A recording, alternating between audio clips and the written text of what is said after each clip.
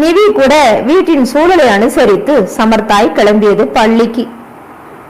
பொதுவாக குழந்தைகளுக்கு பெரியவர்களின் மன ஓட்டங்கள் எவ்வளவாக புரியாது என்பது எல்லோரது எண்ணமாகவும் எடை போடுதலாகவும் இருக்கிறது. உண்மையில் குழந்தைகள் தான் சுற்றுப்புற அலைவரிசை எளிதாய் கிரகித்து உள்வாங்கிக் கொள்பவர்களாக இருக்கிறார்கள். விஜயா அலுவலகம் கிளம்பிய பின் மகள் அறைக்கு சென்று அவள் கன்னத்தை வருடி, குளிச்சுட்டு சாப்பிடுற ரஞ்சு, அம்மா சாயங்காலமா வர்றேன் என்று மகளை பிரிய மனமில்லாமல் போனாள். சத்யனும் அறைக்குள் எட்டி பார்த்து தங்கையிடம் கைகாட்டி விட்டு போனான். நிவியின் ஆட்டோவும் கிளம்பியது. மகேஸ்வரன் அவர் அறைக்குள் போய்விட்டார். வீடு அமைதிக்கு திரும்பியதை உணர்ந்த சங்கீதா அறைக்குள் போய் சுவரில் சாய்ந்து ஜன்னலுக்கு வெளியே வெறித்து கொண்டு அமர்ந்திருந்த ரஞ்சனியின் அருகில் போய் அமர்ந்து அவள் கைகளை பிடித்தாள். மீண்டும் அழுதாள் ரஞ்சனி. ஒவ்வொரு முறை ஆதரவு கரம் கிடைக்கும் போதும் உள்ளுரைந்த சோகம் பொத்துக்கொண்டு கண்ணீராய்